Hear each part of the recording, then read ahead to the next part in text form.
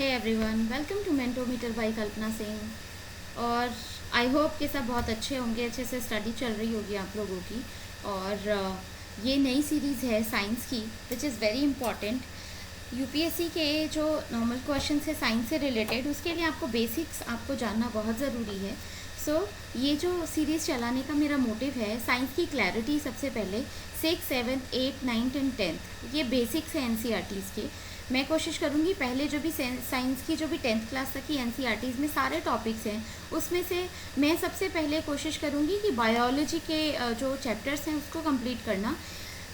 Physics के लिए और केमिस्ट्री के लिए मैं अलग से प्लेलिस्ट जो कि मेरे नोट से है वो मैं अलग से कंप्लीट करूँगी। बिकॉज़ मेनली जो बायोलॉजी का पोर्शन है वो जैसे 6, 7 और 8 की जो है वो काफ़ी कॉमन है, उसमें अलग से आपको पढ़ने की ज़रूरत नहीं है। बिकॉज एनवायरनमेंट का पोर्शन आ जाता है उसमें।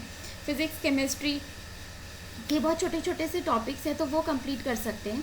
उसके अलावा जब 9th और 10th की एनसीईआरटीज़ की बात आती है तो उसमें जो स्टार्टिंग के चैप्टर्स हैं, कुछ चैप्टर्स उसमें फिज़िक्स के हैं, कुछ चैप्टर उसमें केमिस्ट्री के हैं।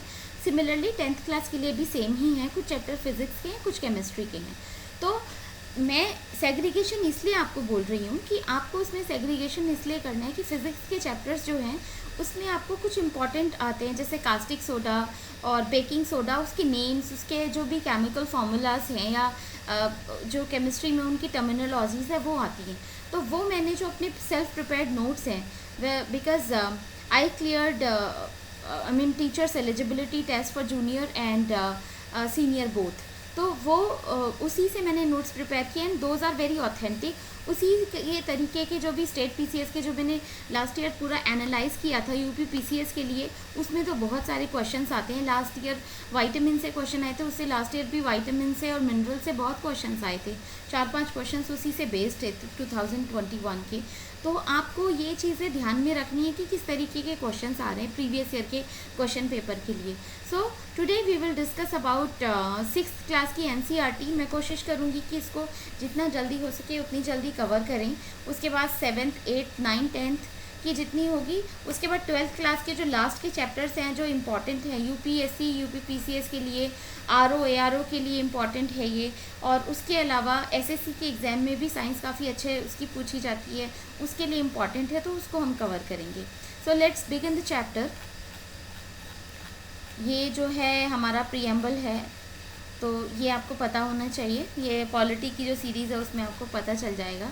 सबसे पहले नोट स्टूडेंट्स के लिए है कि जो छोटी छोटी पहेली वगैरह पूछी जाती हैं तो वो हमें क्वेश्चन एनालाइज करना है। फंडामेंटल ड्यूटीज़ दे रखी हैं तो ये तो आपको पता होना चाहिए। अब बात करते हैं चैप्टर 1 की, where does it comes from. सबसे पहले चैप्टर 1 आता है where does it comes from. दूसरा आता है components of food, fibre to fabric and sorting material into groups, separation of substances, changing to know plants, changes around us and body movements, the living organisms, characteristics and habits, motion and measurement of distance, light, shadow and reflections, and electricity and circuits, fun with magnets, ये चीज़ें हैं। तो water काफ़ी important है ये तो universal topic है water का। Air around us and garbage in and garbage out. So ये चैप्टर्स इंपॉर्टेंट है 6th क्लास की एनसीईआरटीज़ के लिए। अब हम जो है बात करते हैं 6th क्लास का first chapter, this is food, where does it comes from. सबसे पहले खाने की बात करते हैं, बिकॉज खाने से हमें एनर्जी मिलती है। जितने भी कार्बोहाइड्रेट्स हैं, मिनरल्स हैं, वाइटामिन्स हैं, डिफरेंट फॉर्म्स के जो भी मैक्रो न्यूट्रिएंट्स हैं, माइक्रो न्यूट्रिएंट्स हैं, तो वो हमें फूड से ही मिलते हैं। तो अब हमें फूड की ज़रूरत क्यों पड़ती है, ये चीज़ें जानने वाली है। इस चैप्टर में हम वही बात करेंगे। तो सबसे पहले मैं आपको बता दूं कि आपको फ्री एनसीईआरटीज़ हिंदी और इंग्लिश दोनों में एनसीईआरटी की वेबसाइट पे जाके मिल सकती है। If you are not able to get the hard copies of NCERT, तो आप ये फ्री में आराम से बुक जो है ये लेक्चर दे के और बुक को अपने मोबाइल में डाउनलोड करके, बिकॉज मोबाइल आजकल हर किसी के पास है, तो मोबाइल में अपने डाउनलोड करके आप छोटे छोटे कुछ पेजेस में इसके नोट्स बना सकते हो जिसको आप बार बार रिवाइज़ कर सकते हो। और बाकी अगर आपके पास लैपटॉप है तो आप इजीली सॉफ्ट कॉपी डाउनलोड कर सकते हो एनसीईआरटी की वेबसाइट से जाके। सो अगर आपको ये एनसीईआरटी चाहिए पीडीएफ फॉर्म में तो आप मुझे डिस्क्रिप्शन बॉक्स में कमेंट कर दीजिएगा, so that I will provide you my email address. तो आप ईमेल एड्रेस पे जाके भी मुझे मेल कर सकते हो, सो या तो टेलीग्राम के थ्रू या फिर मैं आपको मेल कर दूँगी अगर आपको नहीं मिलता है तो। सबसे पहले टॉपिक में बात करते हैं, what did you it at home. एक सिंपल सा क्वेश्चन आता है कि घर में आप क्या क्या खाते हो, कल आपने क्या क्या खाया था, किस किस तरह के जो भी फूड है खाते हो आप घर पे या फिर जब बाहर जाते हो, तो वो सारी फूड एक्टिविटी और फूड की जो भी वैरायटी है, तो ये सारी चीज़ें सबसे पहले एक एक्टिविटी दी गई है। ये एक्टिविटीज़ किस लिए दी जाती हैं, एक्टिविटीज़ इसलिए दी जाती हैं कि जैसे छोटे बच्चे होते हैं, क्योंकि हम तो वेल मैच्योर्ड हैं, everybody who so ever is preparing for competitive examinations, तो उनके लिए तो जो ग्रेजुएशन कर चुके होते हैं तो ऑफकोर्स आपको इतनी अंडरस्टैंडिंग होती है, बट ये जो पिक्चराइजेशन फॉर्म में दी जाती हैं बुक्स में एनसीईआरटी की, वो इसलिए दी जाती है ताकि आपको जो मतलब 6th और 7th के स्टूडेंट्स होते हैं, 8th के स्टूडेंट्स होते हैं, तो वो एक्टिविटी के बेस पे जो टीचर्स हैं उनको एक्टिविटी करा सकें। जैसे फूड आइटम्स का नेम वगैरह दे रखा है और जिस दिन आपने खाया वो सारा कुछ डिटेल में दिया हुआ है। तो ये एक्टिविटी है, इंग्रेडिएंट है उसमें क्या क्या था, जैसे आपने चावल खाया या फिर आपने येलो पुलाव जैसे बोलते हैं, तहरी बोलते हैं हमारे यहाँ पे उसको, तहरी खाई होगी आपने, तो उसमें राइस डालते हैं, सारी वेजिटेबल्स डालते हैं, उसके अलावा अनियन और टमाटो डालते हैं, और जिस तरीके से उसको गार्निशिंग वगैरह कोरिएंडर लीव धनिया पत्ती वगैरह डालते हैं, तो उससे ये सारे इंग्रेडिएंट बच्चों को पता होते हैं। तो स्पाइसेस वगैरह जो भी डाले जाते हैं, मसाले, जीरा, धनिया पाउडर, तो वो ऑयल वगैरह किस तरीके से बनाए जा रहे हैं, तो ये सारी चीज़ें जो है बच्चों को एटलीस्ट आइडेंटिफाई करनी आ जाती है छोटी क्लासेस में। तो उसी की एक्टिविटी दी हुई है। एक्टिविटी 2 में भी इसी तरह से दिया हुआ है कि आपने फूड आइटम्स में क्या क्या खाया, जैसे कौन सी जैसे रोटी किससे बनती है, रोटी या चपाती, आटा और वाटर मिला के बना, दाल में जैसे दाल में वाटर डलता है, सॉल्ट डलता है, घी डलता है, स्पाइसेस डलते हैं, टर्मरिक डलता है, हल्दी वगैरह, तो उसके डालने से बनती है। तो ये चीज़ें पता चल जाते हैं कि हाँ ये सारी चीज़ें जो हम खाते हैं उसके जो न्यूट्रिटिव वैल्यू है, मेडिसिनल वैल्यू है, जैसे टर्मरिक की मेडिसिनल वैल्यू बहुत ज़्यादा है। कोरोना के टाइम में हमें एक्चुअली में पता चला कि हल्दी कितनी ज़्यादा इम्पॉर्टेंट और उसकी कितनी ज़्यादा फ़ायदे होते हैं। सो ये सारी चीज़ें एक हैबिट से पता चलती हैं। What do we find, do we find some ingredients common for different food items, discuss in class. So where does these ingredients come from, आते कहाँ से हैं इंग्रेडिएंट्स, बिकॉज छोटे बच्चों को नहीं पता होता। अब देखते हैं, it may easy for us to guess the source of some of the ingredient. जैसे कुछ का तो हम अंदाज़ा इजीली लगा सकते हैं, फ्रूट्स है, वेजिटेबल्स है, और जैसे फिगर 1 में दिया हुआ है सोर्स प्लांट्स हैं, जैसे या दलिया वगैरह है तो गेहूं से बन रहा है। What are the source of rice और wheat, so you may see paddy जैसे धान, और उसके खेत देखे होंगे बच्चों ने, भले ही शहर में रहते हैं बट कभी ना कभी तो गाँव को ही जाते ही हैं, या जैसे आजकल तो यूट्यूब वीडियोस में भी काफ़ी ज़्यादा दिखाने लगे हैं लोकल विलेजेस में किस तरीके से काम होता है। तो ये सारी चीज़ें पता चलती है, बच्चों को भी पता रहती है कि हाँ खाना किस तरीके से बन रहा है। न्यू जनरेशन के बच्चों को नहीं पता कि चूल्हे वगैरह में खाना कैसे बनाया जाता है। तो what are the source of rice and wheat, paddy field देखते हैं बच्चे, या हम लोगों ने भी पैडी फील्ड्स देखे होंगे, व्हीट फील्ड्स देखे होंगे, और रोज ऑफ प्लांट्स, और उसके अलावा तो ये सारे ग्रेन्स मिलते हैं। जैसे दूध हमें मिलता है buffalo, cow and goat, sheep, और उसके अलावा जैसे डेजर्ट एरिया में रेगिस्तान वगैरह में कैमल का भी मिल्क मिलता है। तो इस तरीके से बाकी एग का पता होता है कि हैन से मिलता है। मीट भी या तो जैसे गोट, उसके अलावा शीप, उसके अलावा बहुत सारे अदर जैसे चिकन है। तो ये सारी चीज़ें कहाँ से मिलती है, इतना अंदाज़ा पता चल जाता है। तो इसी के बारे में है। एक्टिविटी 3 में दिया हुआ है कि आपको जैसे जैसे पिक्चर में दिया हुआ है, elderly try to find out where they come from and ingredients, कहाँ से कौन सा इंग्रेडिएंट आ रहा है, उसके लिए ये टेबल दी हुई है ताकि बच्चों को इस चीज़ की अंडरस्टैंडिंग हो सके। तो इस तरीके से ये दिया हुआ है। अब आता है what do we conclude from activity, क्योंकि एक्टिविटी में कंक्लूजन सबसे ज़्यादा, क्या कंक्लूजन किया बच्चों ने, क्या देखा, ऑब्जर्व किया, अगर वो कहीं गए बाहर, अंडा कहाँ से मिल रहा है, मीट कहाँ से मिल रहा है हमें, इनका प्रोडक्शन कैसे हो रहा है, जैसे goat, cow, buffalo are some common animals which gives us milk. Milk and milk products like butter, cream, ghee, curd are used all over the world. So can you name of other animals? तो ये सारी चीज़ें बच्चों को हम सिखाते हैं और हमें भी ये चीज़ें पता होनी चाहिए। तो यही चीज़ें हैं, जैसे कि इसमें जो पिक्चराइजेशन दिया हुआ है उसमें मेंशन किया हुआ है फ्लावर है, फ्रूट है, जो कि आपने सरसों का पौधा देखा होगा, तो एक कैप्सूल लाइक स्ट्रक्चर होता है, उसे फ्रूट कहते हैं, जिसमें से सरसों के दाने निकलते हैं।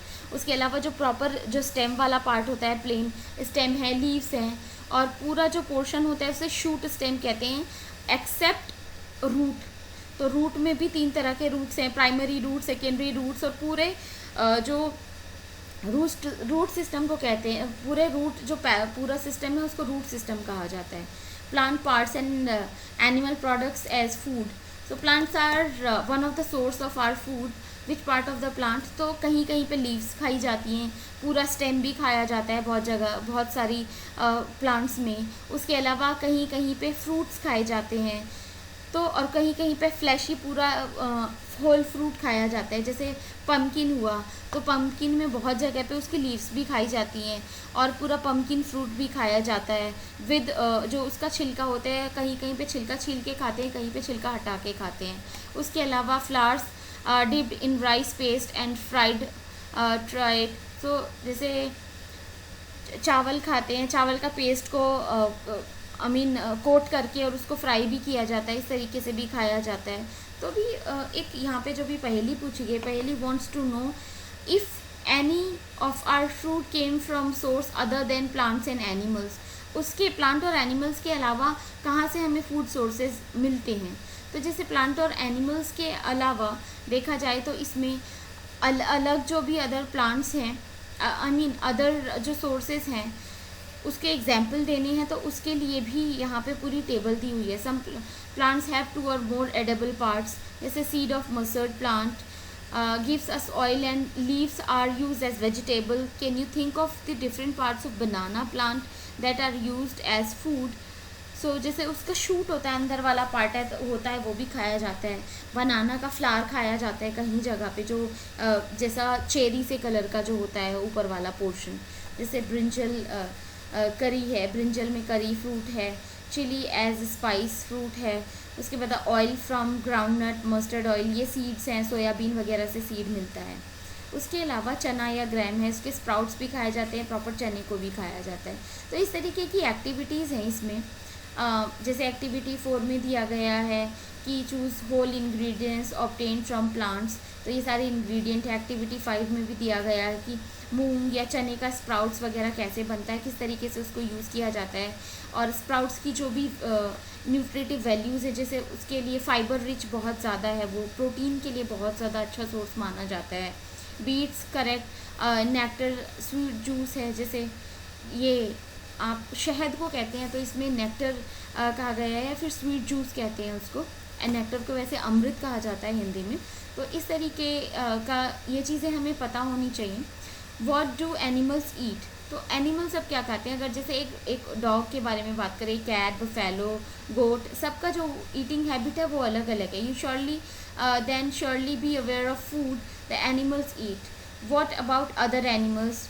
Have you ever observe? तो पूछा जाता है कि जैसे नॉर्मल एनिमल्स को तो आपने देख लिया होगा, गाय भैंस को, कि हर्बीवोर्स हैं। अब यहाँ पे पूछा गया है कि कभी आपने स्क्विरल को देखा है खाते हुए, या पिजन को देखा है, लिजार्ड को देखा है, या फिर स्मॉल इंसेक्ट्स वगैरह क्या खाते हैं, किस तरीके से अपना न्यूट्रिटिव साइकिल जो फॉलो करते हैं।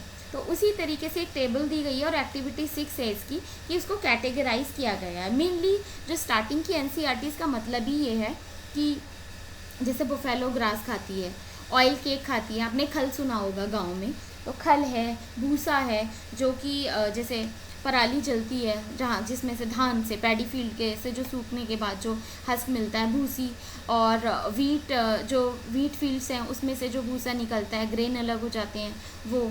अगर कैट की बात करें, स्मॉल एनिमल्स जैसे कि बर्ड्स मिल्क खा पीती है, दूध वगैरह, माउस खा लेती है। रैट क्या खाते हैं, तो आपने देखा हो रैट को तो पेपर काट लिया, कहीं पे आपके घर में कुछ भी खाने का पड़ा हुआ है तो वो खा लेते हैं। लायन टाइगर का आपको पता ही है कि ये ऑमनीवोर हैं, बहुत सारी चीज़ें खा लेते हैं, मेनली तो कार्निवोर कहेंगे हम इन्हें। स्पाइडर है, हाउस लिजार्ड, और ये सारा कुछ एक्टिविटी में दिया हुआ है। तो ये सारी चीज़ें ऑलमोस्ट हमें सारी चीज़ें पता ही हैं, बट इसका था कि हाँ कवर करना है। दिमाग में ये नहीं होना चाहिए कि हाँ हमने एनसीईआरटी कवर नहीं की, हमने एनसीईआरटी कवर नहीं की। तो आप ये चैप्टर अच्छे से देखिएगा, आपको जस्ट एक्टिविटी या एनालाइज करना है, इसमें बहुत कुछ नहीं है। Hope I am able to make you understand. ये सीरीज़ आपको बहुत ज़्यादा हेल्प करेगी। एनसीईआरटी को, जिसको साइंस को हवा समझते हैं, उनके लिए तो बहुत ही ज़्यादा इम्पॉर्टेंट है। तो आप कोशिश करिएगा, पूरी वीडियो देखिएगा। आपको कुछ भी प्रॉब्लम लगती है, आप मुझे कमेंट बॉक्स में कमेंट कर सकते हो। अगर आपको लगता है कि हिंदी में भी एक सीरीज़ मुझे चलानी चाहिए, so I will try to do that as well. But अभी इंग्लिश में मैं कोशिश कर रही हूँ, जितना सिंप्लीफाइड लैंग्वेज में यूज़ कर सकती हूँ मैं वो कर रही हूँ, क्योंकि क्योंकि मेरा जो मीडियम है वो इंग्लिश है। बट आप यही एनसीईआरटीज़ को हिंदी में डाउनलोड करके जो एक्सप्लेनेशन है वो तो मैं हिंदी में ही दे रही हूँ, तो वो आप हिंदी में ही आराम से देख सकते हो। कि हार्ड कॉपी ले आओ, बहुत सस्ती मिलती हैं एनसीईआरटीज़ की हार्ड कॉपी, अगर अफोर्ड कर सकते हो आप तो आराम से ला के देख सकते हो।